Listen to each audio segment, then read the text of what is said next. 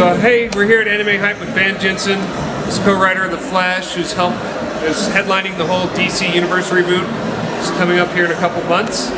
So Van, what is going on with the DC Universe Reboot? Well, coming out of Convergence, which is this huge 2-month event, which is seeing all of these classic characters and situations kind of all thrown at each other in a crazy way. It's a big start, fresh point. I mean, some of the series are continuing. There's a lot of new #1s. There are some really crazy, fun new series coming. And then, some of the series are going to be continuing. So The Flash is continuing. So issue 41 comes out in June. What we're seeing in The Flash, for people who are watching the TV show and know Eobard Thawne, or nicknamed Professor Zoom. Yeah. He has made his appearance in The Flash and is going to be causing a lot of trouble for Barry Allen. So that's the big storyline that we're headed into, and just huge revelations coming for The Flash, for his history, for the nature of his power. It's a really big fun story we're heading into. Very cool. So speaking of the CW run of The Flash, how does it feel to see the character you've been writing come to local TV, after popularity from Arrow really get popular for just its first year run? Yeah, I mean it's crazy. I think when I meet new people and tell them what I do and that I write The Flash, you can always see people's eyes get really wide. It has that kind of cultural recognition that I think people always knew The Flash, but it's just hit up at a whole another level. And the show's been great. People really responded to it. It's a whole lot of fun. So, all the attention that brings to the comics is great. And, we've seen that the sales on the Flash comic have increased, which, usually comic book sales as the series continues kind of steadily decline little bit by little bit, which is just normal, and they might spike up again. But Flash is just really steadily increased, so you can see that there's a lot of new people coming to it and checking it out, which is great. How long have you been writing for The Flash? It's been about a year and change since my first issue came out, writing with Robert Vedetti. Okay. And I guess I've been at DC for 3 years now. 3 years? So, with the whole DC Universe reboot, are you going to introduce also more of the Flash Force going on, Drums of Time? There might be some time travel coming up. Can't really say much. Yeah, that time will be a key element to this coming storyline. Very cool. Now, also, speaking of more the Flash media universe, on top of being really popular in a TV show, seeing comic book sites sell, how do you feel about a new movie also coming out? Is that something else that you're really excited about? Yeah, I mean, that's all cool stuff. And so for DC, building up towards the June relaunch, a bunch of creators got to go out to the DC headquarters, and we saw a lot of, we saw the offices, of course, and got to hang out with each other, and got a preview of the DCU marketing campaign, which is really cool. And then we also got to see some of the upcoming TV show movie stuff, which I am not supposed to talk about, but all I can say is it was really great looking stuff. And again, it all brings a lot of attention and energy to the books, and I think what you see is there are these great stories that are being told in the comics, and people have been enjoying those, loving those stories for decades, and now it's just blowing up to a whole new audience in a new medium. Yeah. And that's great, and it really illustrates the power of those stories, I think. Very cool. So what is your favorite character to write for in The Flash, would you say? One person you always like to write about? I mean, there are a lot of great characters, so it's tough to single anyone out. Lately, Girder, the villain, has shown up, and I just had a lot of fun writing him, strangely. But I'd have to say Iris West, she's a newspaper crime reporter, and that's a job that I used to do. Yeah. And so it's been really interesting to kind of explore my own history with writing her, and I had no idea until I got started that I still had things to say about that experience that I had, but it's made me kind of have this weird, close connection to Iris as a character. So it's been a lot of fun. Very cool. So, and you still do freelance writing every now and then for newspapers, is that correct? I'm trying to think. I don't know. Do newspapers still exist? I guess they do. Sorry, bad newspaper joke. Yeah, I write for different magazines and like the website Grantland. I've written for them some, and yeah, it's kind of a nice place to be where I basically just write stuff that that I'm in the mood to write about. I get to pick and choose assignments, so but I still I like to keep those muscles exercised. Oh yeah. I mean, I can imagine doing work that involves real life kind of crime drama kind of gives you something to really draw on, ideally, in a superhero universe. So it's really awesome to at least have those first-hand experiences instead of someone who's just watched a bunch of crime drama TV shows. You can add more realism to the fact. Yeah, I can verify that CSI is not very realistic. Oh yeah. So, as far as like when you said you met all the other DC writers who are doing the whole DC relaunch, does that mean every DC writer for each comic writes in their own little separate area? It's not like one giant office for the DC Universe? Oh yeah, I mean, so we're all basically freelancers. So I don't know about everyone else, but a lot of people, I mean, they either have an office, they work out of their home, they have a studio, but creative teams. That's one of the kind of interesting things about comics, like.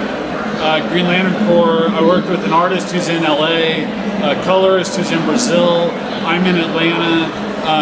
At that time the offices were in New York, but the Flash, it's the same thing, everyone's just scattered all over, and so you're talking over the phone, on email, you meet up from time to time, but more often than not when you hang out it's at conventions or if there's a summit or whatever, but I built a shed in my backyard and finished it out, and so I have an office shed that I work in, so it's very cool. Not very exciting.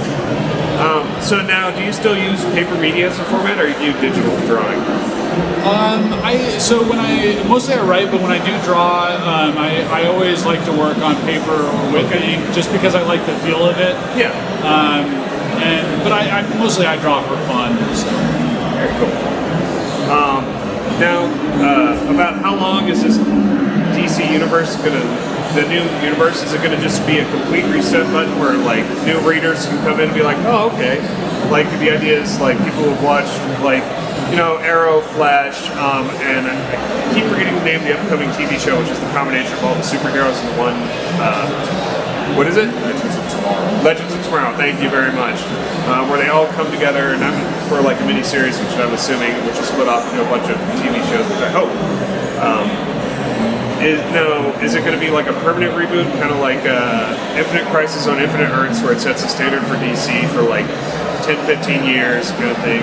Yeah, so it's actually kind of it's a little bit of a tricky thing to explain, but it's not like a hard reboot in terms of like the New 52 was. Okay. So there are actually some series that are continuing, like the continuity of The Flash is continuing, but the real focus is on telling stories that are not so overly focused on continuity. Okay. So it's more like everything is canon. Yeah. And it's all like the things that happened before Convergence still matter. It all still happened. But what you're going to see is a lot more series that are able to kind of exist a little more freestanding.